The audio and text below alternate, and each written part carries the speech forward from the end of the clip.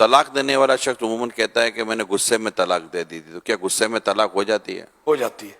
ایک ساتھ 3 طلاقیں دینے سے کیا ایک ہی طلاق کہلائے گی یا پھر 3 ہی؟ 3 کہلائے گی۔ پریگننٹ عورت جو ہوتی ہے کیا ان کو طلاق دینے سے طلاق ہو جاتی ہے؟ ہو جاتی ہے۔ 3 طلاق دی تو کیا اب 60 مسکینوں کو کھانا کھلانے سے طلاق کا مسئلہ حل ہو جائے گا؟ نہیں ہوگا۔ طلاق دیتے وقت گواہوں کا ہونا بھی کیا ضروری ہے؟ نہیں۔ طلاق کا معاملہ کس سے حل کروانا چاہیے، مولانا صاحب سے یا کبھی گھر کے بڑوں سے، کس سے حل کرائیں؟ علماء سے۔ بڑے بوڑھے تو بولتے ہیں توبہ کر لو، آئندہ مت کر، خیال رکھنا، وہ حرام ہوتا رہتا ہے، حرام کے بچے ہوتے رہتے ہیں۔ تو یہ کام علماء کا ہے جو اس کا فیصلہ کریں گے۔ کیا شوہر کا نام لینے سے طلاق ہو جاتی ہے؟ نہیں ہوتی۔ اگر کہ میں نے تو مذاق میں طلاق دی، تو کیا مذاق میں طلاق ہو جائے گی؟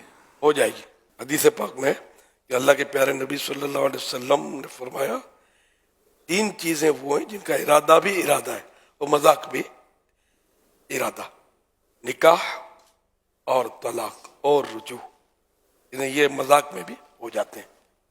رجوع مانے طلاق کو واپس لینا، اور میرات المناجم ہے یعنی ارادتاً بولے تو بھی واقع ہو جائیں گی، اور مذاق دل لگی سے کہے یا ویسے اس کے منہ سے نکل جائے یا کسی اور زبان میں بولے جس سے وہ واقف نہ ہو، بہرحال یہ کلمات اس کے منہ سے نکل جائیں، یہ چیزیں واقع ہو جائیں گی یعنی ہو جائیں گی، بشرطے کہ دیوانگی یا نیند میں نہ کہے، بیداری و ہوش میں کہے۔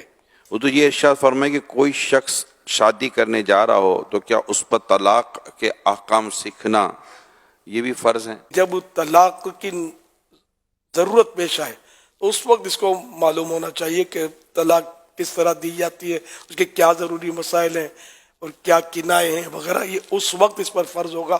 ایڈوانس میں یعنی نکاح کرنا چاہتا ہے تو اب اس کو اس وقت سیکھنا یہ فرض نہیں ہوگا، بہتر یہی ہے کہ وہ سیکھ لے، کیونکہ کچھ پتہ نہیں کہ کب مطلب انسان ہے اس کا ذہن تبدیل ہو جائے یا غصہ آ جائے یا کچھ بھی ہو جائے، وہ طلاق کی نوبت آ جائے تو اب وہ سیکھنے کیسے بیٹھے گا؟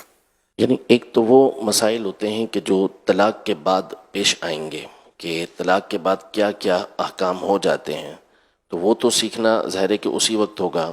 لیکن ایک ہے کہ طلاق کے جیسے کنائے کے الفاظ آپ نے فرمائے تھے یا اسی طرح اور الفاظ ہیں، تو وہ سیکھنا تو اس کے لیے ضروری ہوگا کہ کہیں ایسا نہ ہو کہ طلاق کے الفاظ کہہ بیٹھے اور اسے پتہ ہی نہ ہو کہ میں نے کیا کہا ہے، اور نعوذ باللہ پھر وہ حرام ہو چکا ہو معاملہ اور وہ حلال سمجھ کے رکھا ہوا ہو، تو ایسی چیزوں کو سیکھنا یہ ضروری ہوگا۔